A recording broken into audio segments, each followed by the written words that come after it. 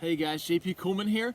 This is really neat to be able to do this retreat with you all. Obviously it'd be neater, cooler if we could do it in person. We could see each other and interact a little bit, but hopefully you're getting a lot out of it. The Spirit's moving in your heart and you're able to draw closer to God and His love for us.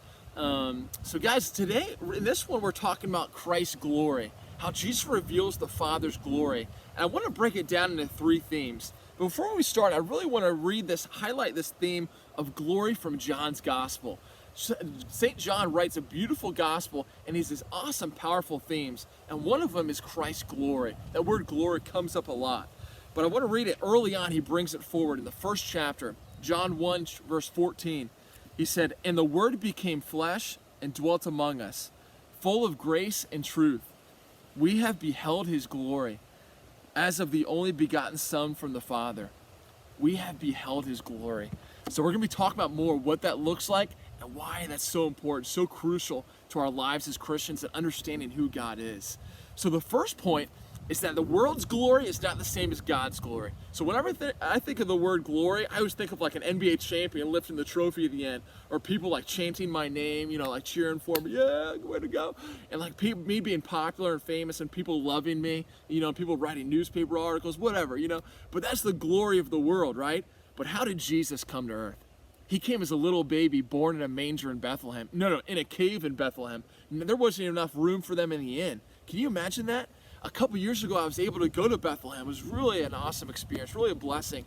And they showed us what a manger looks like, And it looks like, I was blown away. It looks like all it is this stone, this rock, this big rock that has a smooth upper level to it, this smooth layer. And they said you used to put food in there, and it was a feeding trough for animals. So animals like cows, sheep, tigers, who knows, maybe tigers, they would come in and just eat the food in this feeding trough, and probably their slobber got in there, like their hair, their fur, like everything. And like they would tell us like it was probably nasty, And that's what Jesus was born in. And you think of the Blessed Mother and Joseph just loving this baby, knowing that he's the Son of God, putting him in this manger, just knowing this is all they have for him, that they're poor and they don't have anything. They've been traveling from Nazareth over 100 miles away to the small town of Bethlehem, and everyone's rejecting them. There's no room for them in the inn, which kind of gives you a foretaste of what happens at the end of his life, his rejection in that same area of Jerusalem, which is close to Bethlehem. And so we think about Jesus being born in this manger, in this feeding trough, Mary and Joseph just trying to give him the best they can. And who's the first one to come visit Jesus? It's the shepherds, the poor ones, the lowly ones, the ones the world wouldn't expect. They're the first ones to see God in this world and to see the God incarnate in this world. And that's the beauty of God, is that He doesn't come and meet us in terms that we expect Him to. He comes to us to reveal who He truly is. He didn't come as a king. He didn't come as a powerful ruler. He didn't come as this like Messiah that they wanted, because that's what the Jewish people wanted. They wanted a military leader that would overthrow the Romans and give them Israel back. They would give them their control back of their country. And when He came in on Palm Sunday, I know I'm bouncing all around here, but follow me. When He came in on Palm Sunday, the people were praising His name. Hosanna in the highest. He was coming in on this donkey. And He knew what was going to happen in a couple of days. He knew He was going to die. But they were praising His name, giving Him glory from their eyes, from the eyes of the world, thinking that He was going to do something special for them, thinking that maybe, just maybe, He'd be the one to overthrow the Romans and give them Israel back, give them their country back. But we know that Jesus had other plans, that He wasn't coming to take control. He was coming to lay down His life. To really reveal the Father's glory was to give Himself to the end, this self-giving love that we're going to talk about more in a minute. So that's the first point, is that God reveals His glory in a way that's different than our understanding of what glory is. And that's so crucial. One other point I want to make, just because this past week was Our Lady of Fatima. So Our Lady of Fatima, awesome, just a neat, awesome, special moment in our life as Christians the last 100 years. But Our Lady of Fatima, who did she come to reveal this powerful message for the world? She came to 3 children. 3 shepherd children who lived in Fatima, which was a nowhere town, and it didn't have any significance. So these children were 6, 8, and 9 years old. So these kids that nobody would have listened to. When I got to go to Fatima a few years ago, that was a real blessing too, was that when I went there, I was blown away by the homes of these visionaries, these kids. They still have the homes that you could visit. And I remember going in the homes and knocking my head on the wall, on the roof. I mean, I'm a tall guy, I'm like 6'3", but still, you could build a roof a little bit higher. But they said that the roof was that low because the family was so poor. Now you see the dirt floors, you just imagine like, these are the ones Mary chose to share this special message with the world. She couldn't have picked like the King of Portugal. He could have gotten the message out in 2 seconds. But how Mary and God sent Mary to these lowly ones, to the humble ones, to the ones who are able to receive him. Because it's not the proud, it's not the ones who are self-sufficient on their own, who have an open heart to God. It's the ones who realize that they need God. The ones who are humble, the ones who have that heart of a child, that know that they can't do it on their own, that they need God in their life. So that's our first point. Sorry I went so long on it. But that first point is that God's glory is not the same as our worldly understanding of glory. The second point is that God's glory, it's not just like God puffing himself up. Sometimes when you hear glory, you think like, yeah, I'm the best, You know, you see these NFL stars have a touchdown, what are they doing, like beating their chest? But no. God's glory isn't for him. So God's glory is always for us. It's always for the other. I want to read something really quick here. It's from the Catechism of the Catholic Church, which is an awesome resource that summarizes our faith so beautifully. And this is the first line of the Catechism. It sets the theme for the whole book and reveals to us really the heart of God the Father. This is the first line. It says, God, infinitely perfect and blessed in himself, in a plan of sheer goodness, freely created man to make him share in his own blessed life. So I just want to break down a few of these parts. God, infinitely perfect and blessed in himself. So that means that God was okay in himself. So God is totally self-sufficient. He doesn't need anything. So he is totally perfect in himself. That's who God is. So he didn't need to create us. It's not like God was up there twiddling his thumbs, got bored of playing video games all day, and said, yeah, I'll create the earth and human beings and do that kind of stuff. No. God didn't have to create. He had no need to create. But because he is goodness itself and a plan of sheer goodness, love and goodness always wants to share. It always wants to expand. It always wants to include. It always wants to give to the other.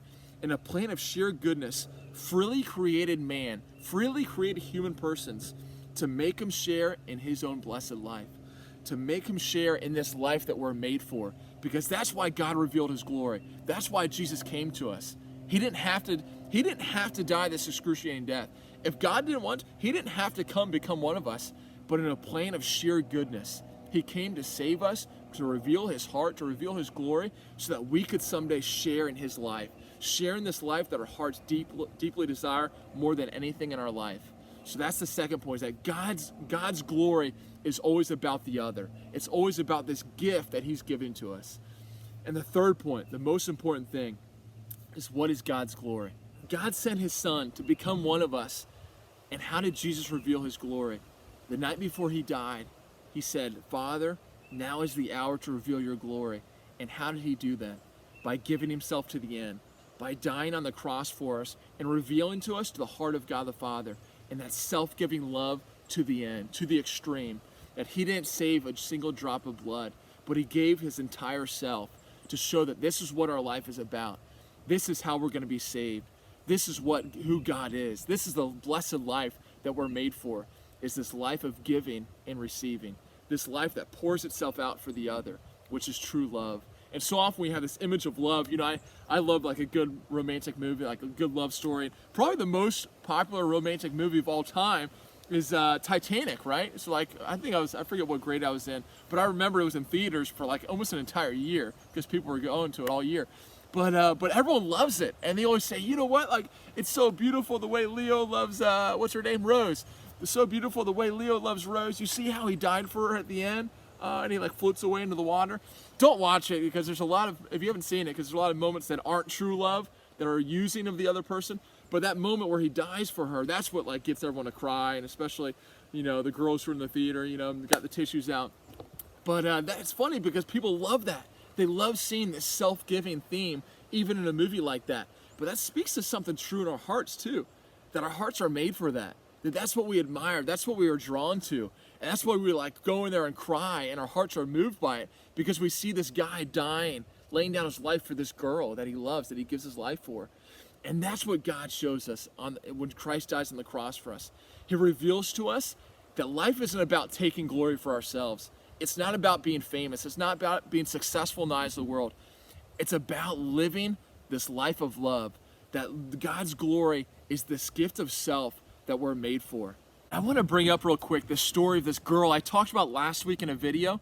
Her name is Chiara Corbella Petrillo. Really, look her up if you don't know her or you haven't heard her story. Just a beautiful, amazing journey of faith and trust of this young, beautiful girl. And her husband Enrico went through some trials early in their life, and especially with losing children. And they got to the point where Chiara had cancer. And she actually had cancer when she was pregnant, but she chose to delay the treatment because she knew the treatment would hurt the baby. So that's one way she gave her life for her child, is that she waited to have this treatment to give life to her baby. And so after the 9 months, after giving birth to this beautiful baby boy, Francesco, she started the treatment, and they realized the cancer had spread throughout her body. And they realized pretty soon thereafter that she didn't have much time to live. That was terminal cancer. But I'm bringing her up because I want to mention a line that I didn't mention last week in the video. Towards the end of her life, she knew the end was coming soon, and she was really showing this true faith and this joy that people were confused by. She was showing this courage that people were just blown away because she was only 28 years old. She was about to face death, this dark moment. She was about to leave behind her child, Francesco, and her husband, Enrico, who she loved so much. But how did she have so much joy and trust and faith? And Enrico one day asked her, Chiara, is this cross really that sweet? He had been thinking about asking her this question for a long time. It had been like haunting him. And he said, Chiara, is this cross sweet like Jesus promised it would be? And Chiara looked at him with this just like tenderness and love that she always looked at him with. And she said, yes, my dear, it is so sweet, just like he promised. And she knew without a doubt that she wasn't alone in that suffering, that the one who was on the cross with her wasn't going to leave her, wasn't going to abandon her, that he didn't back down from death. He took that cross and walked those streets of Jerusalem and allowed himself to be nailed to the cross so that when we're carrying our cross in our life and we face up to that day of death, that we know we're not alone, that we can do it with courage, and we can do it with that trust that Christ went before us, that he told us that I'm going first and I'm going to take you with me to this place, this home, this life that you're called for, that you're made for. And that's the beauty of Christ's glory. That's the beauty of what Christ reveals about the Father, is that his desire is to bring us home to share in his blessed life through a plan of sheer goodness. That's what we're made for. And that's where he's leading us if we open our hearts to him and journey with him day by day. So my prayer is that one of these themes, something we talked about, jumps out to you and touches your heart and draws you closer to Christ's love for each one of us. And I hope and pray this retreat's been a blessing. And I wish we could do it in person. That'd be a lot more fun. But hopefully we can see each other soon. Stay safe and know that we're praying for you, and we love you.